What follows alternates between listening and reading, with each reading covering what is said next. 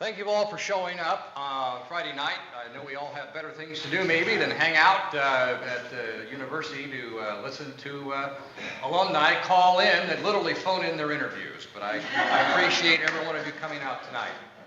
A few days ago, I got a call from Jim Johnson and a few other members of the committee, and they said, what are we going to title your program? And I thought about it for a couple of minutes, and I finally said, hey, you know what? Call it Joan Allen, Eastern's Elusive Alumna. It kind of rolled off the tip of the tongue nicely, but and I have to admit, part of it was a little dig on the fact that her being elusive meant that she was here at Eastern and then she fled for the northern terrain of Northern Illinois University to finish her degree. So it was a little dig like that. Yes, it was there. But in a bigger picture and in a more serious vein, I thought Joan Allen, Eastern's Elusive Alumna, was very telling of the essence of Joan Allen. She was a most elusive personality on campus. She had come here in 1974, and at that time, I had been here from 71, and in 74, I was granted the honor and opportunity of being the editor-in-chief of the Daily Eastern News. So my whole world went out of the speech and theater department and focused strictly in the basement then of Pemberton Hall, where we had the Eastern News. So at exactly the moment that Joan Allen had come to campus, I had actually withdrawn from the theater department for journalism. However, this did not stop me from going to watch theatrical events. And when I went to go see Eastern's production of One Flew Over the Cuckoo's Nest with this fresh-faced, little fresh blonde student doing Nurse Ratched, I thought, no way, this is total miscasting. She's too tiny, she's too dainty, and she looks, in 1974, she looked like she was made of porcelain. You could break her. I'm not serious, I'm really serious. When I got into the theater and saw her start this program, I was like one of those G-force things where like you're thinking an elephant is stepping on your chest. I thought, this is incredible, how is she doing this? She had such malevolence, and she was such a ticking time bomb. She was a tightly overwound watch about ready to spring at any moment, and I thought, this is incredible. Who is this woman? And of course I found out her name was Joan Allen, and she was from Rochelle, Illinois, and that was pretty much it. Now, I had to go back, got a deadline, Daily Herald, or the Daily News calls, and boom, I was gone. And that was pretty much my extent of my experience with Joan Allen. Much to my chagrin, I wish I had had an opportunity to know her better. And in fact, it took probably 22 years past before I actually had an opportunity to interview her by phone. I called her up on the telephone and talked to her, and she was in her New York home, and we talked for a while. But we never actually met until a couple of years ago when she came to Chicago to promote a movie called The Upside of Anger. And we'll talk a little bit about that. I have some film clips, not necessarily from her best work, but just clips that I think sort of represent what she's capable of doing as a performer. Joan is supposed to give us a call in 6 minutes. 5, no, I can't add, can I? It's 2 and 5 is 7. Thank you. In about 7 minutes, she'll be calling. And so I'll stop whatever I'm doing at that moment, and we'll take her call. And I've got your questions. If anyone has any questions that you would like to ask Joan, if you've got a couple more minutes here. If you raise your hand, can we get maybe, has everyone got one? We're all set? Good. Joan Allen has the quality that is unusual in an actress or an actor. Nothing grates my sensibility more than to go into a theater, live legitimate theater or a motion picture studio theater, and watch a performance by an actor or an actress who sort of bleeds this empathy thing. You know what I'm talking about. It's an actor and actress, no matter what they do, they're playing bad guys, villains, heroes, it doesn't matter. There's always this unexpressed suggestion of, please like me. And it's just not endearing in a performer unless, of course, you want to be obnoxious. Joan Allen has none of this, none of it. And the reason is I have decided is that she grew up in Rochelle, Illinois, small town. She was the girl who got straight A's. She was the girl you trusted with the babysitting. She was the one who did what she was supposed to do. She was reliable. She was responsible. She was shy. She was quiet. She was respectful. What else could she be but an actress unless an axe murderer? So,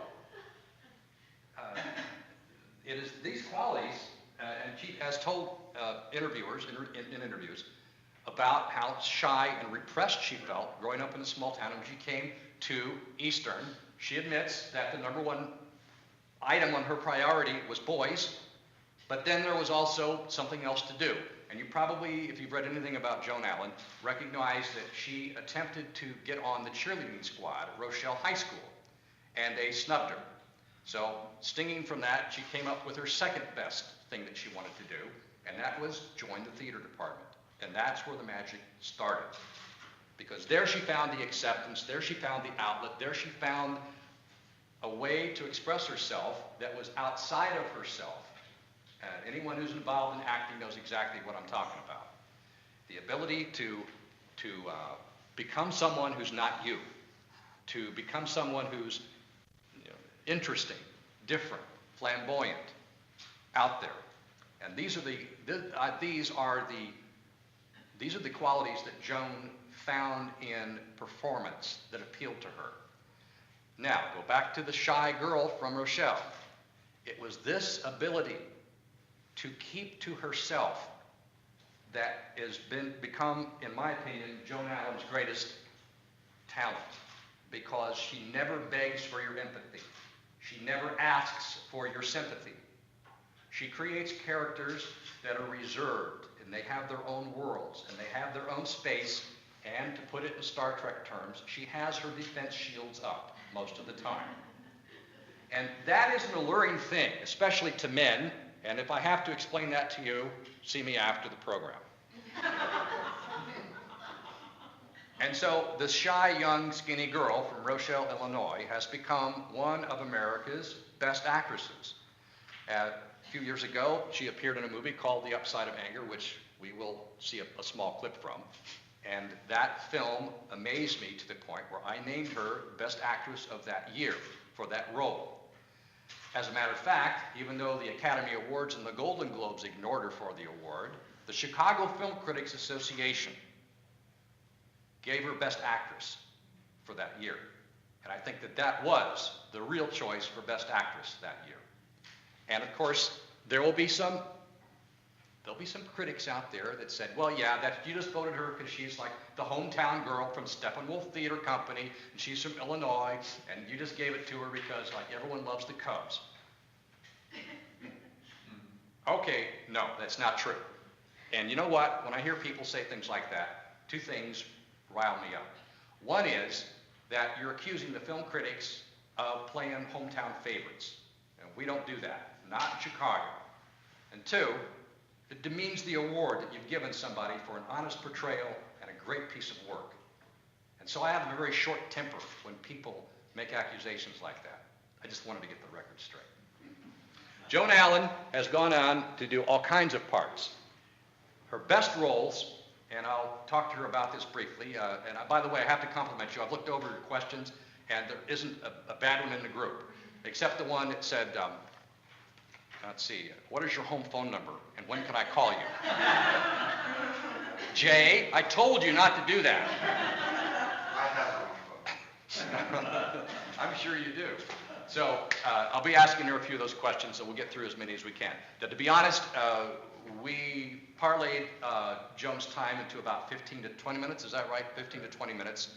If she likes our questions and she doesn't have some other place to hurry off to, she may spend a few more minutes with us, but we get her for at least 15 to 20 minutes. So hopefully by that time, we can get most of the essential questions answered.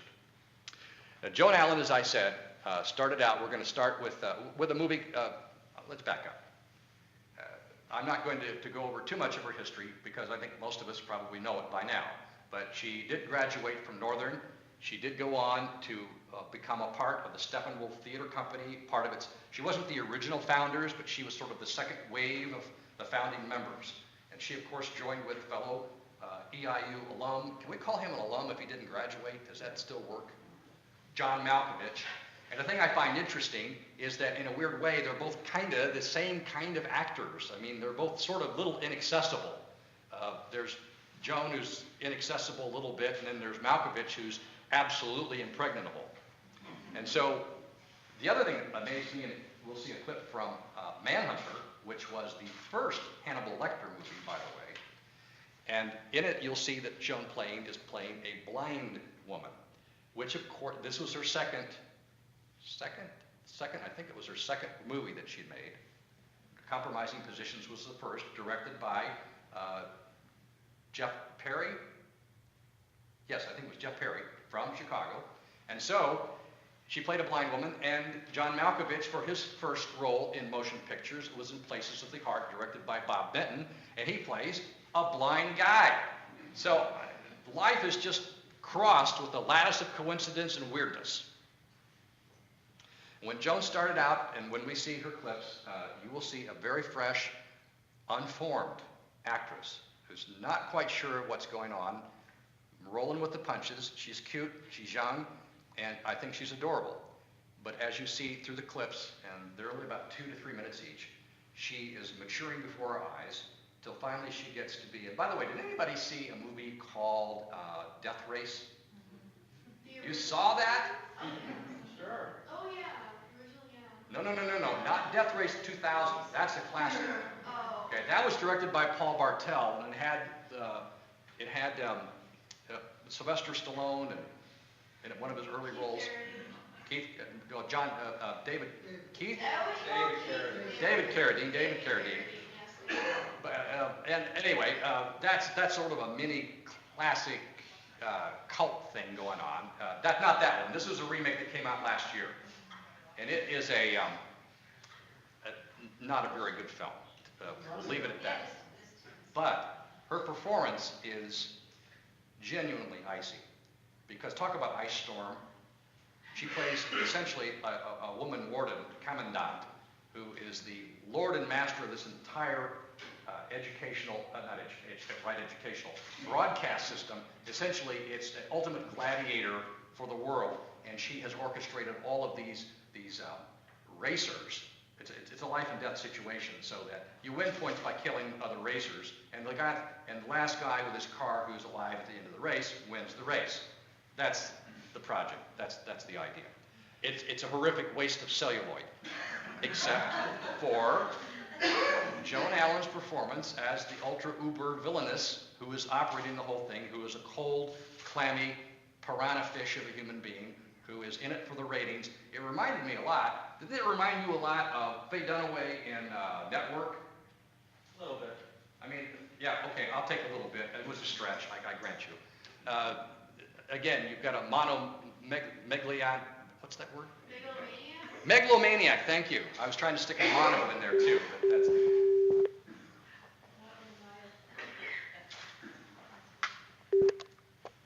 Hello, Dan Gire speaking. Hey, Dan, it's Joan. Joan Allen. Let's have a round of applause for Joan Allen. Right on time, Joan Allen. How are you tonight? I'm good. How are you guys? Everybody's doing fine. We're in the brand spanking new Alumna Art Center, which I got to tell you, Joan, if they had had this facility when I was here, I'd have switched over and become a drama major. It is that good.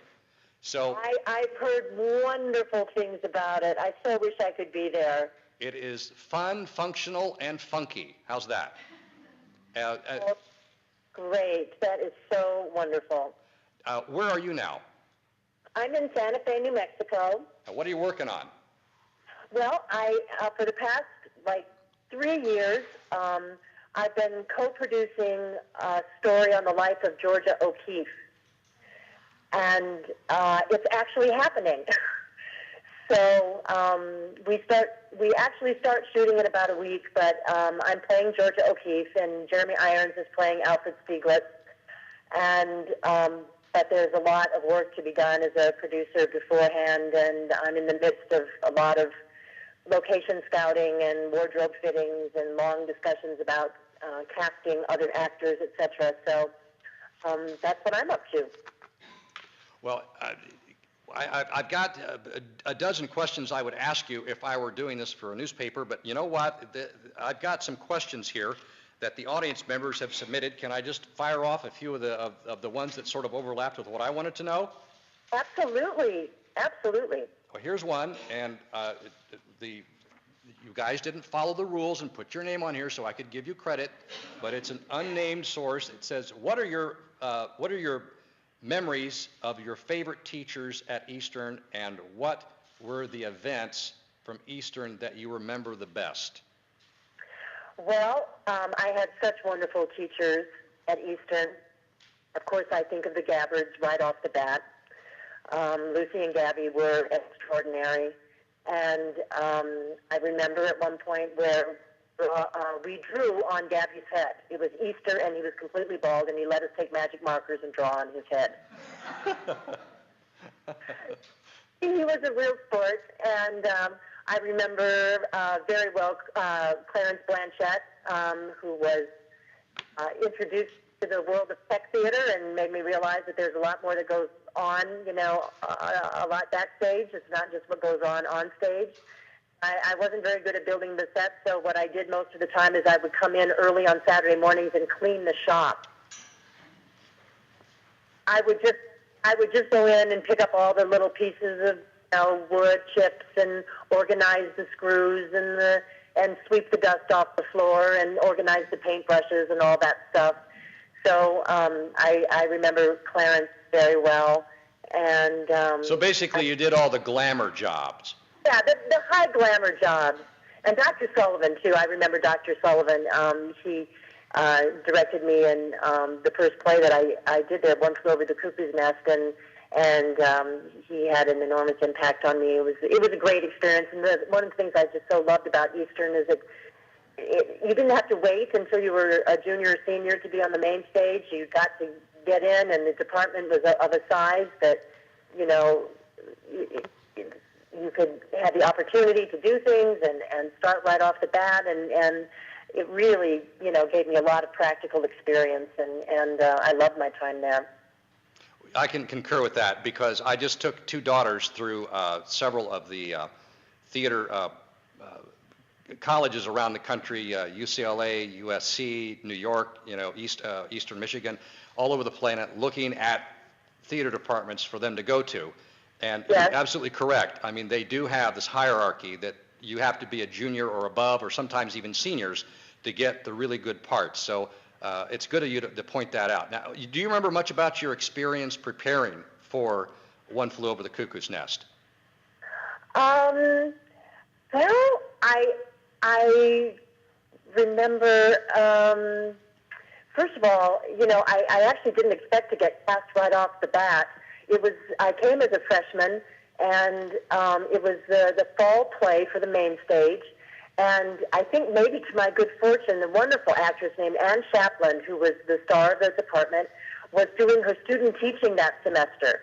And I'm pretty sure she would have gotten the part.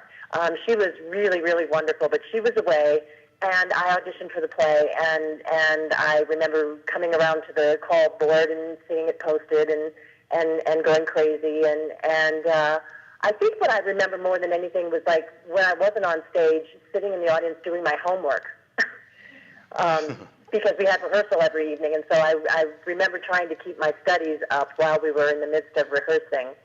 And it was really, really exciting and really fun for me. It was a real thrill.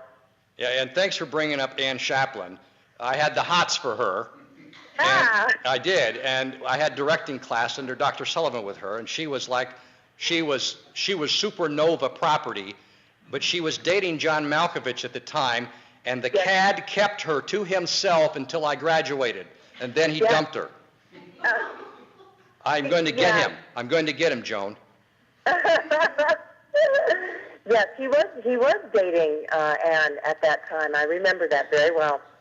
Okay, well, we have another question here, which is, this is from, let's see, is it Tori? Oh, okay. Who else has been cast for a movie influence your interest in doing one film or another? Has somebody who's been cast in a film influenced my decision? Is that the question? Yeah, somebody who's already been cast. Does that sort of influence? Okay, how so? Well, it does make a difference. You know, it's you know, there are several criteria that you know come into play when you're making a decision about doing a film, and maybe first for me, since I have a 14-year-old daughter now, is where and when does it shoot, and how long will I have to be away from home? Because it's as great and wonderful as it is, I've said goodbye to my daughter on Sunday. I left on Sunday, and now I won't see her till December 18th. And you know, the 6 or 7 weeks I won't get to see her, and that's difficult. And so that's usually my first criteria. But very much together, you know, and then it really is about the role itself, and do I feel like it's something that I could bring something to, but is a little bit different than what I've done in the past and is interesting.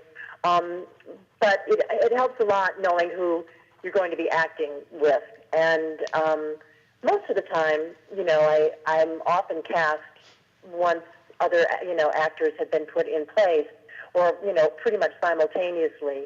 And it makes a big difference. You know, I've been able to work with some incredible people. Well, let's follow up on that, because you've worked with some incredible directors. I mean, Oliver Stone twice, once Francis Ford Coppola twice, right. John Woo. I mean, you know, the action director. You've worked with some real people, heavy hitters. And my question to you is there a difference, or do you have a preference even for working with directors from established Hollywood system, or do you prefer the independents? Well, you know, it doesn't matter. It's very interesting. For instance, Paul Greengrass, who directs the Bourne films. I've worked with him twice on the Bourne Supremacy and the Bourne Ultimatum. Now, that's a big, huge Hollywood picture. But Paul's background really is in independent film. And he started there. He's done, you know, in fact, I think that's where his true heart lies, is in independent film. He directed United 93.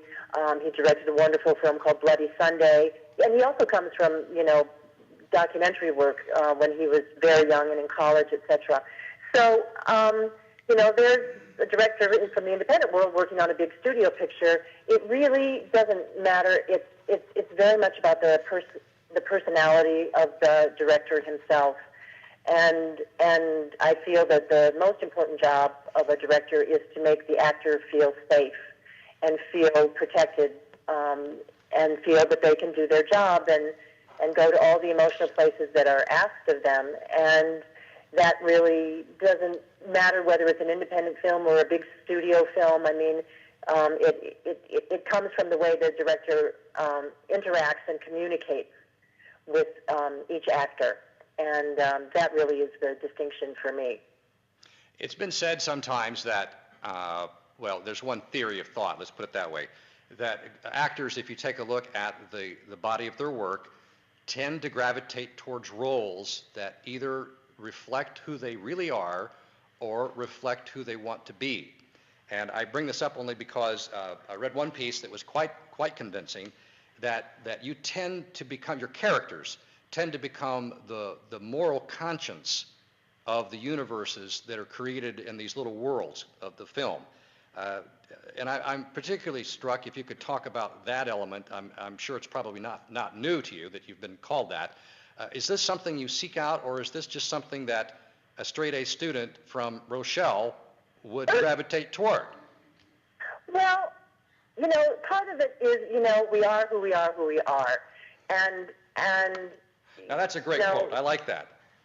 There is something that is inherently unique about all of us, and I think that there is something about me that projects that kind of thing. So within that, you know, I think there were kind of a string of films. Once I did Nixon.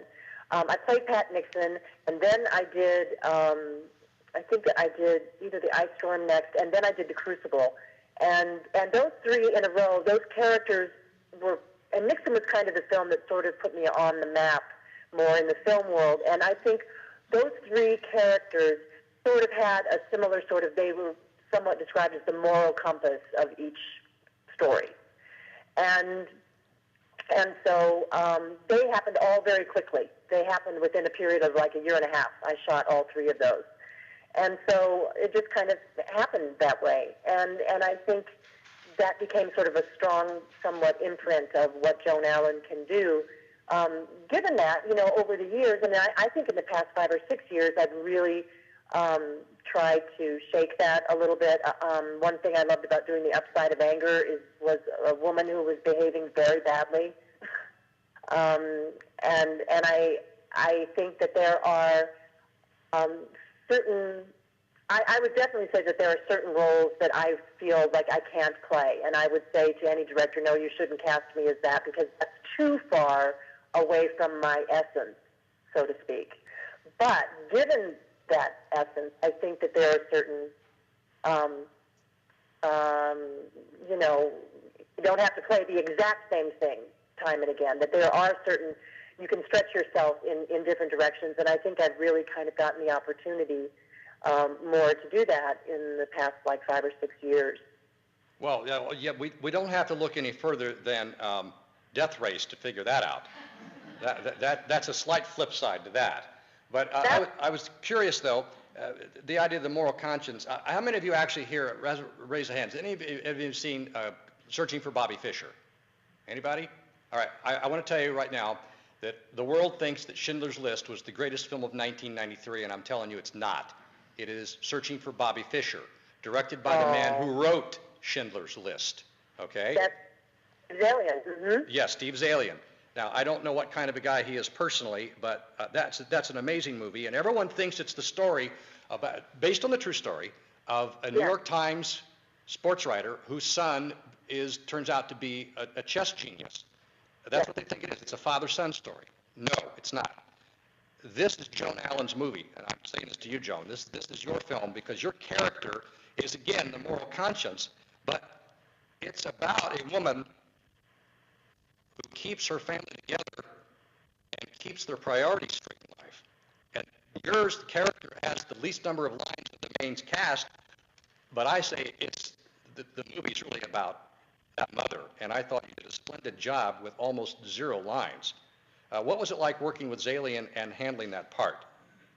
Well, it was a very interesting experience. It was the first time that Steve had directed, and he was sort of finding his legs, you know, doing it. He's a brilliant writer, and he had great support from the producer Scott Rudin, who produces everything, you know, in Hollywood these days, and very, very high quality projects, was the producer, and was extremely supportive. And it was quite a long shoot. We shot for like 3 or 4 months in Toronto, and then we actually were able to shoot some, like for 3 weeks in New York City, actually on the streets, because it's very expensive to shoot in New York, and if you can avoid it, people tend to try to do that. But I thought that the movie was exactly, well, I thought the movie was about, wasn't only about, you know, chess genius. You can relate it to any area in which you have who excels in an area, and how much do you let that do you pressure them or force them or focus them, and how much do you let them be a kid? And how do you strike that balance? And I thought that the film really touched on that a lot. And that is what makes it, you know, I think I haven't seen it for many years, actually. Maybe want to watch it again because I think it really succeeds on that level.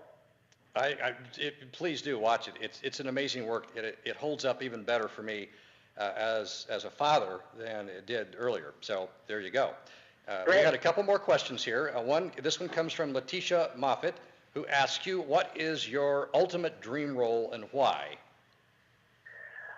Well, I don't really think in terms of having a dream role. I mean, I guess I'm getting really to do it now. I'm getting to play Georgia O'Keeffe, which is a pretty remarkable thing to be able to do. People have been trying to tell the Georgia O'Keeffe story for many, many years, and it's kind of been a difficult one to do, and I hope we will do it well.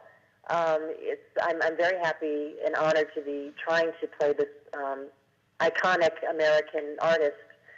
And but I think I tend to look more in terms of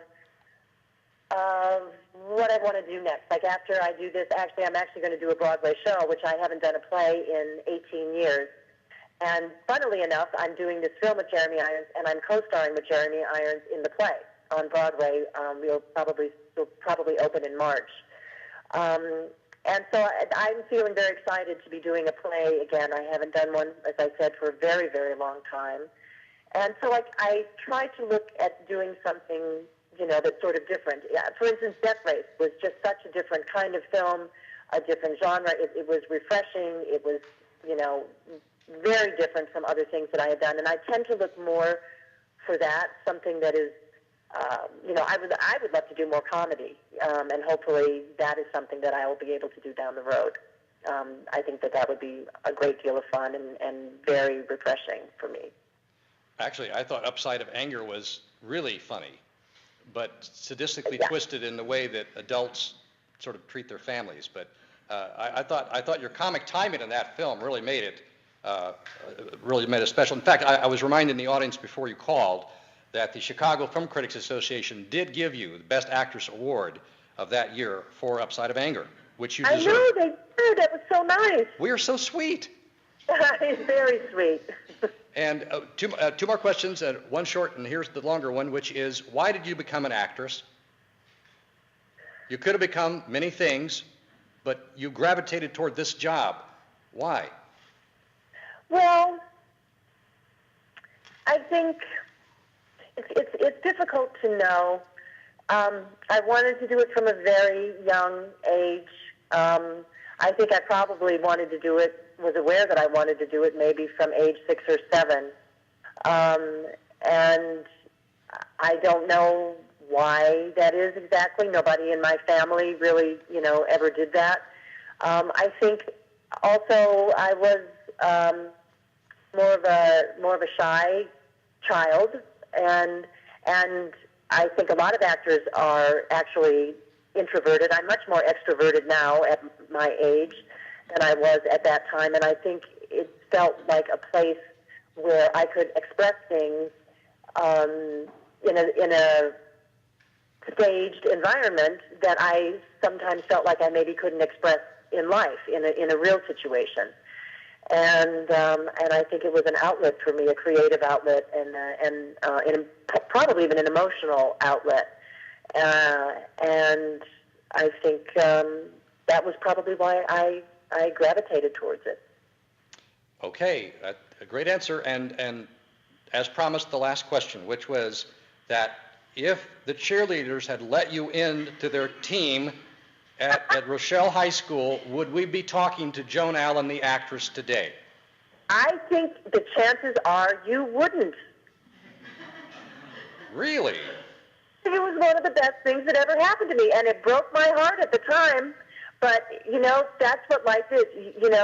Sometimes really, things happen in our lives that break our hearts or discourage us or we feel are negative things. And sometimes those negatives ultimately can turn into a positive. And it's been a great life lesson for me. And sometimes struggle and disappointment are part of the deal. And sometimes at the time, when something might not feel so good or be, kind of, making you cry and breaking your heart, something good can ultimately sort of come out of that. And there's my philosophy. Thank you, Joan Allen. Let's have a round for Joan Allen. Thank you so much for joining us today. And Good luck with Georgia O'Keeffe. We'll be looking forward to seeing that. And if I can drag my wife out to New York, we'll see you on Broadway. Oh, please try, and thank you all so much for being there. I really wish I could be there tonight, but have a wonderful evening. Thanks. Joan Allen, good night. Good night. Okay, let's go home.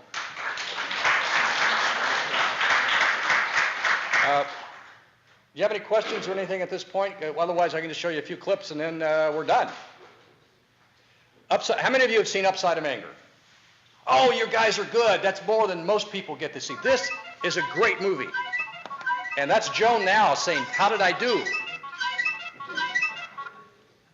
No, it's not. It's my, no. Jay, I said we're not going to get Joan's home phone number for you. All right. Let's see if we...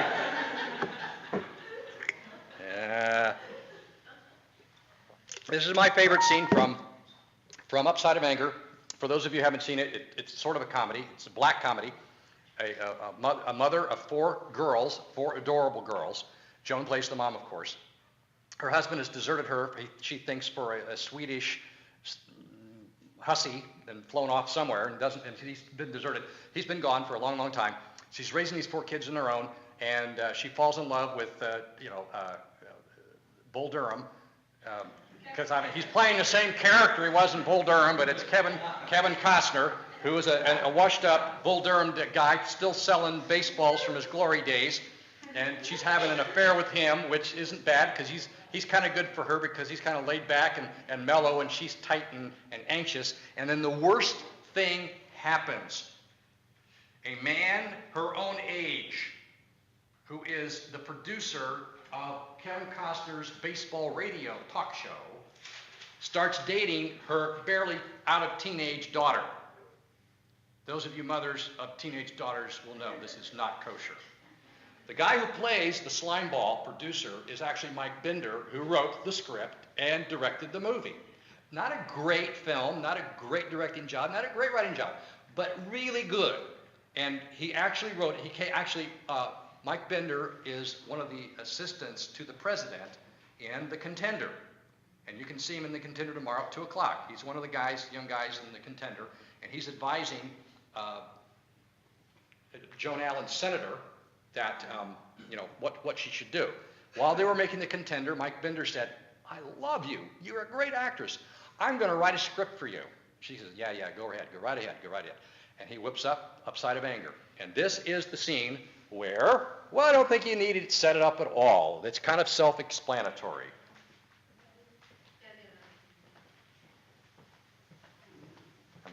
What am I doing wrong here? Oh, hit that button. Okay. All right. Thank you, my friend. Let's have a round of applause for somebody who knows what he's doing. Your tax dollars hard at work. All right.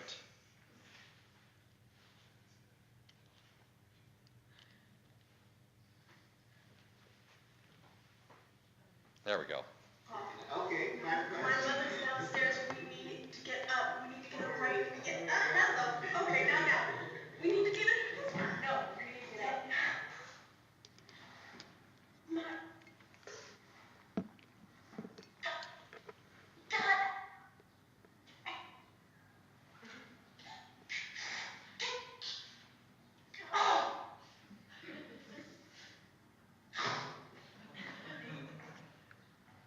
Wow. That was weird, huh?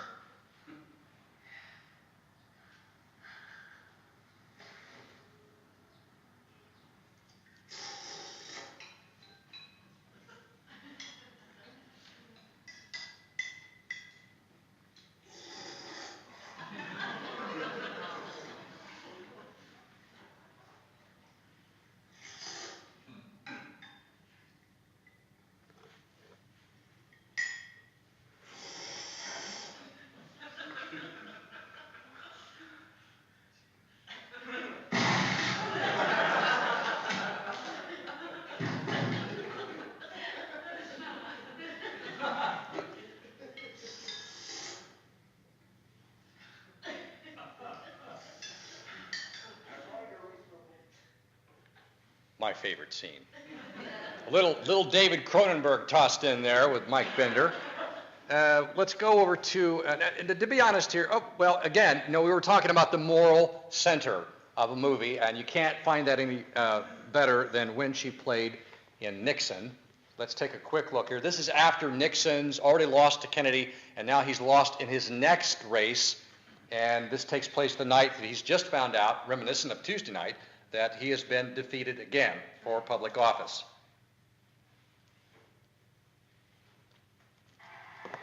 Thank you, Fidel Castro. You're not going to blame us on Castro, are you? I sure am. God damn this process united the whole country behind Kennedy. He was supporting Brown. People were scared, that's why. I suppose Castro staged the whole thing just to beat you. Buddy, before you join the jubilation of my being beaten again, you should remember that people vote not out of love, but fear. They don't teach that at Sunday school or the Whittier Community Playhouse. I see you're not checking with our people. I'm glad they don't, Dick. I'm glad they don't because life is tough. And it is unfair, and sometimes you forget that in your self-pity. You forget sometimes because you foretell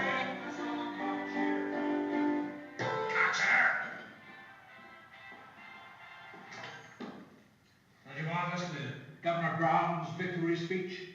No, not going to listen to any more speeches ever again. Amen to that. It's over, Dick. I'll concede in the morning. Not that.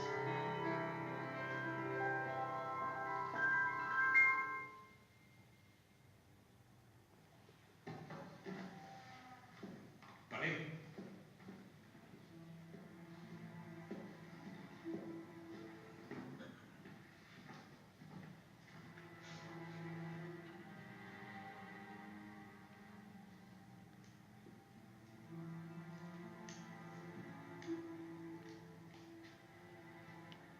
I have always stood by you. I campaigned for you when I was pregnant. During checkers, when I wanted you out, I told you to fight. This is different, Dick. You've changed. You've grown more bitter, like you're at war with the world. You weren't that way before. I'm 50 years old now, Dick. How many millions of miles have I traveled? How many millions of people's hands have I shaken I just don't like? How many thank you notes have I written?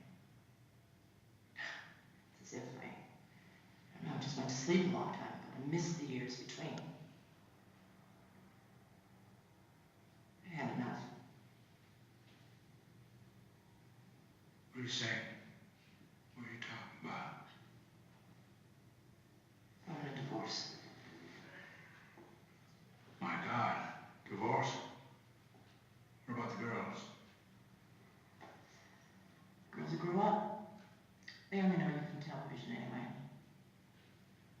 The Marooners, our family. You're ruining us. If we stay with you, it'll take us down with you. This isn't political, Dick. This is our life. Everything's political, for Christ's sake. I'm political. You're political, too. No, I'm not. I'm finished.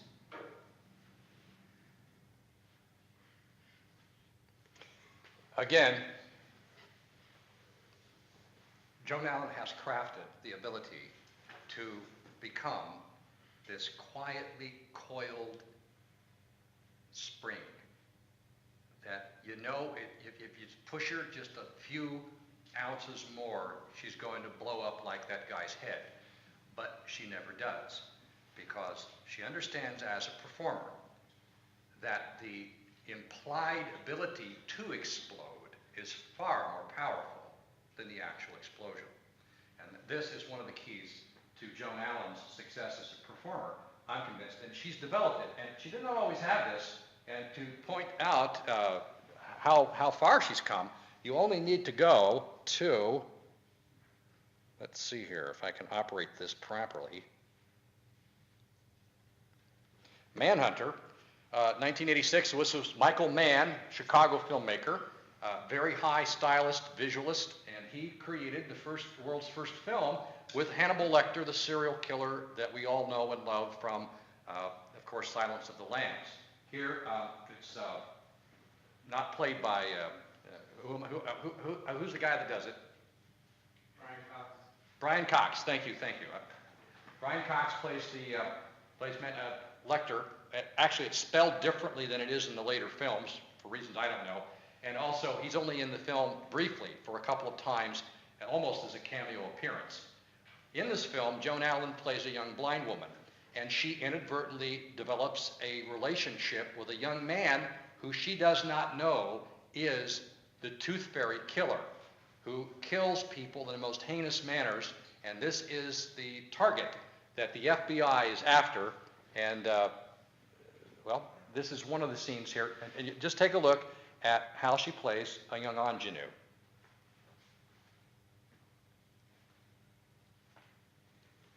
But I hope you will, because you're very direct, and I like that, and I like what you have to say. Now touch your face. I want to know whether you're smiling or frowning. I guess I just want to know whether I should be quiet or not.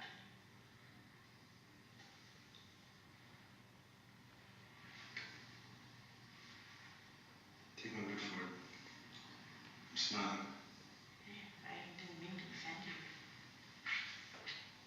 On the way, can I take you somewhere? Where? It would be my surprise. Okay, sure.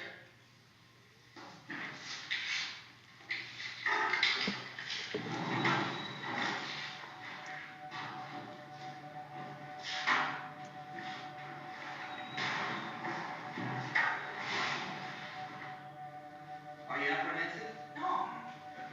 Very protective. Mr. Dann Gire is watching us. No, I want to. In about 2 hours, we're going to Kathy's Tooth.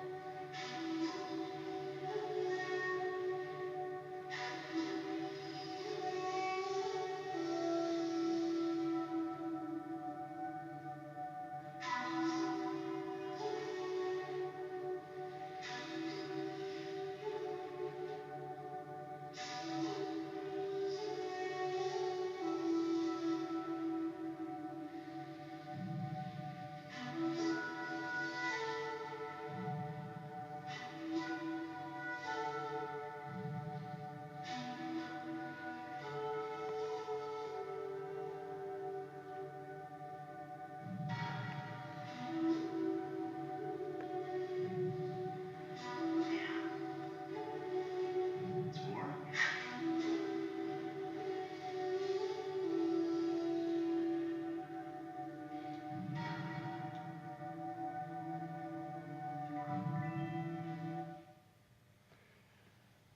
Again, all I can say is that if you've ever seen somebody play a blind person poorly, it's not that easy to do it well.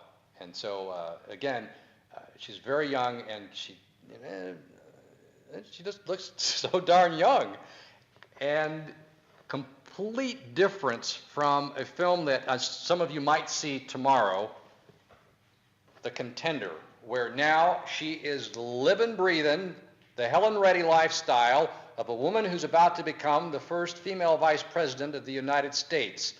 The vice president has died. There's an opening. Jeff Bridges, the president. By the way, he is the greatest president ever in the history of film, outside of maybe Henry Fonda.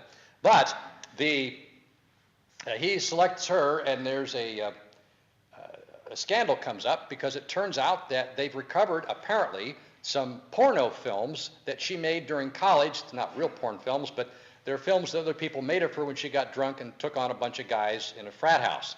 And so she's fighting that against the conservatives. Meanwhile, the liberals are trying to get her in there, and that's where we sit.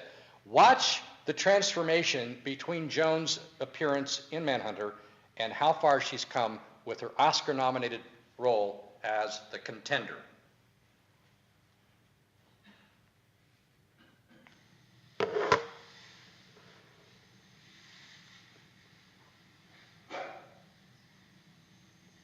Listen, Wayne, I don't care who you fuck, how many times and how many positions, as long as it doesn't threaten the administration.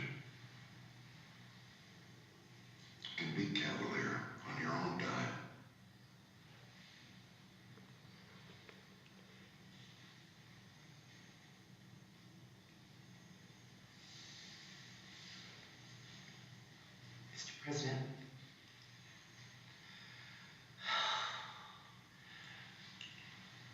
I am fully prepared to step down, but my personal life and my past are just that, but I will do whatever you say.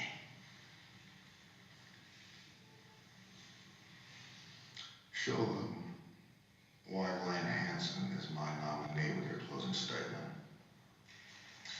Mr. Chairman, ladies and gentlemen of the committee, remarkably enough, it seems that I have some explaining to do. So, let me be absolutely clear.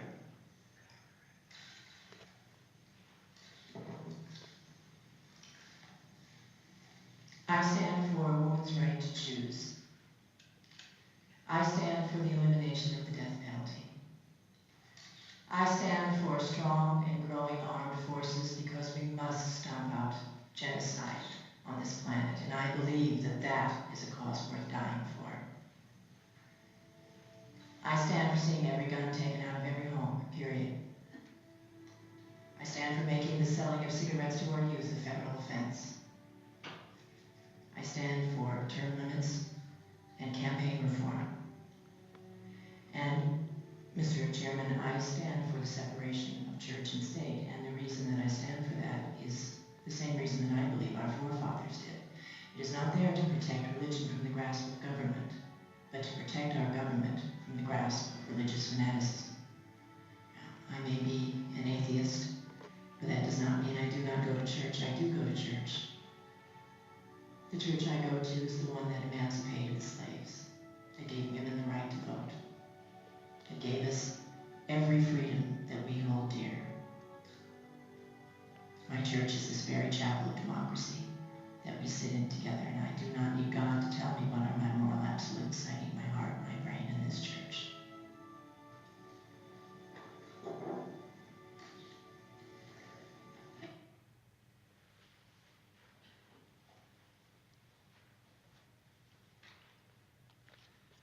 And that is what a shy girl from Rochelle, Illinois can do. Thank you for coming.